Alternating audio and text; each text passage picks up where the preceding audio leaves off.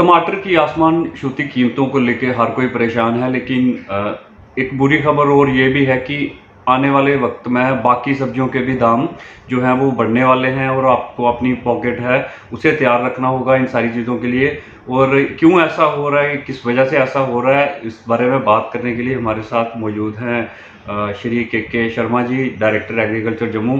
तो हम इन्हीं से जानेंगे कि आखिर क्या वजह है, क्यों सब्जियों के जो दाम हैं वो आसमान छू रहे हैं। हाँ, सबसे पहले मैं आपको एक चीज़ बताना चाहता हूँ।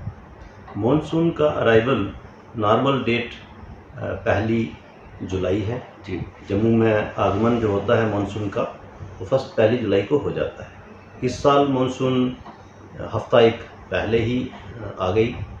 और जब भी मॉनसून और प्री मॉनसून बारिशें होती हैं तो सब्जियों की एक तो प्रोडक्शन कम होती है, क्योंकि एक्सेस रेन से वेजिटेबल जो हैं ये बड़ी सॉफ्ट फसलें हैं तो इनको फ़र्क पड़ता है, इनकी प्रोडक्शन कम होती है।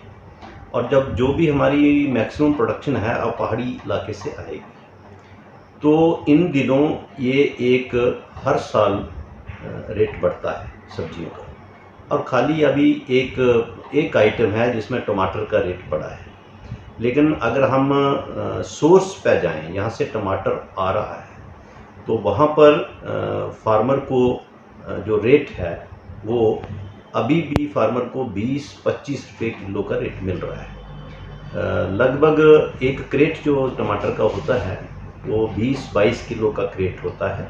तो 20-22 किलो के क्रेट में फार्मर को वही 200-250 रुपये मिलता है सोर्स पे। फिर उसकी ट्रांसपोर्टेशन होती है और सारी जो चीज़ें होती हैं। जब भी प्रोडक्शन कम होगी, प्रोडक्शन गिरेगी तो रेट बढ़ेगा।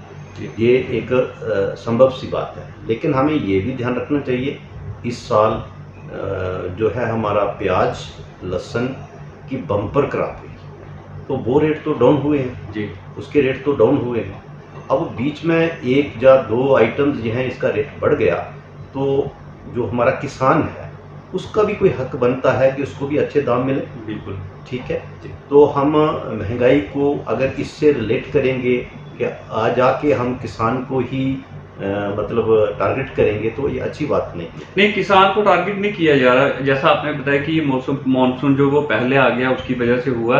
तो डॉक्टर साहब, इस चीज़ का टमाटर पे तो हुआ, और किन किन सब्जियों पे इम्पैक्ट पड़ेगा और कौन कौन सी सब्जी जो आने वाले टाइम पे महंगी? जैसे मैं आपको बताता हूँ, जैसे जितनी भी कुकर बिट्स हैं जिसमें घिया, तोरी और ये जो जितनी भी फसलें हैं इनका भी प्रोडक्शन अब कम होने वाली है। कम होगी तो रेट बढ़ेगा, मार्केट में रेट बढ़ जाएगा। तो ऐसा है कि टमाटर कोई एसेंशियल कमोडिटी नहीं है। अगर रेट बढ़ गया है तो ऐसा नहीं है कि इसके बगैर हम रह नहीं सकते, इसके बगैर भी हम रह सकते हैं। जो नहीं खाना चाहता है मत खाए टमाटर को। टमाटर के बगैर भी ऑप्शंस अवेलेबल हैं। अब हम ये मान के चल रहे हैं कि ऐसे जैसे अब बीन्स हैं, बीन्स की प्रोडक्शन कम होगी। जितनी भी घिया और लौकी ग्रुप है, खीरा है, इसकी प्रोडक्शन अभी कम होगी, खासकर जुलाई महीने में। फिर अगस्त में थोड़ी सी बारिशें कम होंगी और ये जो सिलसिला है ये अगस्त एंड तक चलेगा। ज़्यादा से ज़्यादा ये 2 महीने चलेगा और उसके बाद फिर एक नॉर्मल सिचुएशन आ जाएगी। और कुल मिला के ऐसा कुछ नहीं है कि ना ही सब्जियों की शॉर्टेज होगी, कमी भी नहीं आएगी। हाँ, रेट का तो थोड़ा बहुत फ्लक्चुएशन रहती है, मार्केट में फ्लक्चुएशन रहती है, वो इन 2 महीनों में रेट बढ़ते हैं। डॉक्टर साहब, जैसे कि अगर कहीं बारिश का नुकसान हो रहा है तो क्या इसका फायदा भी किसी फसल को पहुंचेगा? इससे किसी को फायदा होगा? देखिए, जो बड़ी फ्रीक्वेंटली बारिश जरूरी है जी। हमें जो हमारा मिट्टी है, सॉइल है, वो रिचार्ज करना है। उसमें पानी जब तक ज़मीन के अंदर पानी नहीं जाएगा तो हमारी फसलों को फ़र्क पड़ता है। अभी धान की फसल लगनी है तो धान की फसल को पानी चाहिए और पानी जो है वो नहरें और ट्यूबवेल पानी पूरा नहीं कर सकती। वो तो बारिश से जितना पानी पूरा होगा, जो रन ऑफ जाएगा, नाले और चोइयों का जो पानी है वो डाइवर्ट होता है, उसकी हार्वेस्टिंग होती है, वो खेतों की तरफ लिया जाता है, तब जाके ये पानी पूरा होता है। और जो टेल एंड्स हैं, टेल एंड्स में तो जब तक ओवरफ्लो नहीं होगा नाले और चोइयों में तो वहाँ पर धान की फसल नहीं लगती है। इस साल मौसम अच्छा है, बारिशें अच्छी हो रही हैं और पूरे के पूरे जम्मू डिवीज़न में पहाड़ों में तो धान की फसल लग गई है, अब मैदानी इलाके में जो धान की फसल है वो लग रही है, बड़े ज़ोरों शोरों से लग रही है। तो ये ज़रूरत है, बारिश हमारी नीड है, हमें इस टाइम बारिश चाहिए। एक और आपको बात बताऊं कि इस टाइम मक्की की फसल को एक कीड़ा है, वो फॉल आर्मी वर्म, ये बड़ा ख़तरनाक कीड़ा है, बड़ा नुकसान पहुंचाता है मक्की की फसल को, और बारिशों से इसको फ़ायदा होगा, क्योंकि मक्की की फसल में जो ऊपर वाले पत्ते होते हैं उसमें एक वरल बनता है और उसके अंदर एक नाली सी होती है जिसमें पानी भर जाता है। ये कीड़ा उसके वरल के बीच होता है, जब पानी भर जाता है तो ये खुद ब खुद मर जाता है, तो उससे हमें फ़ायदा भी होता है। हर चीज़ का फ़ायदा है, हाँ, उसका थोड़ा बहुत दूसरी तरफ उसका साइड इफ़ेक्ट होता है, नुकसान हो जाता है। तो हमें इसमें परेशान होने की ज़रूरत नहीं है, ये एक नॉर्मल फेनोमेना है। और सब्जियां, क्योंकि ये पेरिशेबल कमोडिटी है और इसको हम ज़्यादा देर रख भी नहीं सकते हैं, और सब्जियों की जो फसलें हैं ये ज़्यादा बारिश से इनको थोड़ा इफ़ेक्ट ज़रूर रहता है इनकी कल्टीवेशन में, क्योंकि ड्रेनेज प्रॉब्लम रहती है, कीड़े और बीमारियों का प्रकोप बढ़ जाता है। हाँ, खाली एक दो सब्जियां ऐसी हैं जिनको इसका इफ़ेक्ट नहीं होगा, वो है भिंडी की फसल। तो भिंडी की फसल नॉर्मल होगी और भिंडी की जो प्रोडक्शन है वो भी नॉर्मल होगी रेनी सीजन में, तो हमें अच्छा रेट मिलेगा। और आगे चल के जब बारिशें कम होंगी तो सितंबर और आगे का महीना जो होगा एक बार फिर सब्जियों की प्रोडक्शन जो है वो नॉर्मल पे आ जाएगी, तो इससे हमें ज़्यादा परेशान होने की ज़रूरत नहीं।